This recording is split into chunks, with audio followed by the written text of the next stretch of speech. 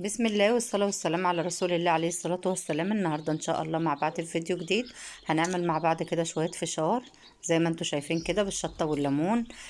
تحفة جدا وجميل جدا اهو زي ما انتوا شايفين كده قدامكم. قبل ما ندخل في الفيديو هنسمي الله ونصلي على النبي عليه الصلاة والسلام ونشوف عملنا الفشار الحلو ده ازاي. بسم الله والصلاة والسلام على رسول الله عليه الصلاة والسلام. ودلوقتي هوريكم بقى هنعمل الفشار ويبقى خفيف وحلو كده ازاي. هنحط كده معلقة سمنة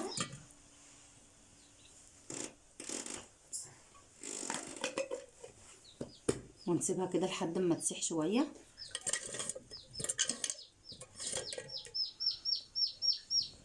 كده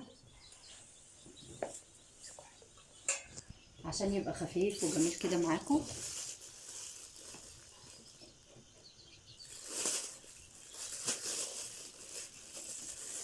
بعد كده بعد ما سيبنا السمنه تسيح شويه هنبدا نحط بقى الفشار.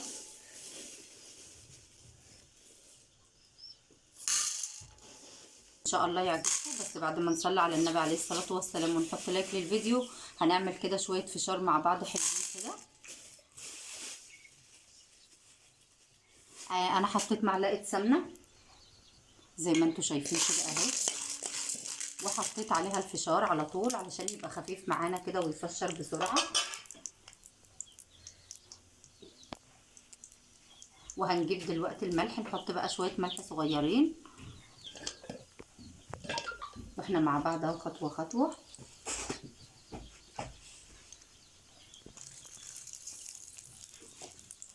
حابه بقى تحطي شطه، لو الولاد بيحبوه بقى بالشطه كده وعصره ليمونه بيبقى برضو حلو جدا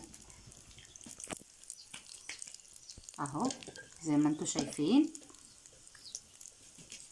وهنجيب عصره ليمونه وشويه شطه كده صغيرين نحط على الفشار علشان هيبقى معانا فشار مختلف جدا النهارده. عشان خاطر ايه بقى نعمله بطريقه حلوه كده وجديده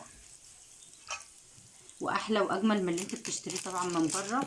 الشويه دول ب10 جنيه، هتعملي بيهم احلى من 3 بواكي او 4 من اللي بتشتريهم من بره.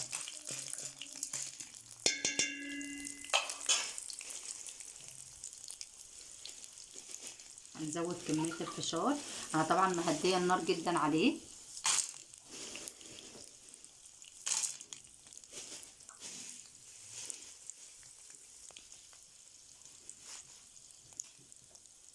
مهديه النار جدا علشان خاطر يفشر كده معانا بسرعه جدا. طبعا هنحط عصره ليمونه مش كتير، شايفين عملتها ازاي اهي، دي بس اللي احنا هنحطها حوالي نقطتين 3 كده يدونا طعم بس للفشار.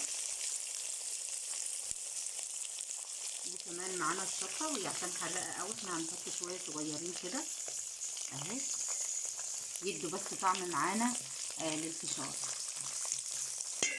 بس كده. بعد كده بقى هسيبهم لما لحد ما يملى الحله كده، وان شاء الله هنشوف مع بعض شكله هيبقى عامل ازاي.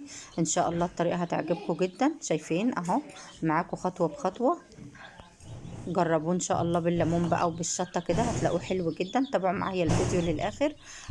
ان شاء الله الطريقه هتكون زي ما انتم شايفين كده حلو جدا وجميل جدا، ان شاء الله هتعجبكم. الفشار بتاعنا بعد ما خلص زي ما انتم شايفين كده اهو بالشطه والليمون ومفشر جامد اهو زي ما انتم شايفين حلو جدا. بسم الله ما شاء الله. جربوه بقى بالشطه والليمون هيديكم النتيجه الحلوه دي لاولادكم، بدل ما يشتروا الحاجه من بره غاليه احنا نعملها هنا في البيت زي ما انتم شايفين كده. ده كان الفيديو بتاعنا النهاردة، اتمنى ان شاء الله ان الفيديو يعجبكم باذن الله، واشوفكم ان شاء الله في فيديوهات تانية. بس قبل ما اسيبكم ما تنسوش تشتركوا في القناة وتحطوا لايك للفيديو، واسيبكم في امان الله.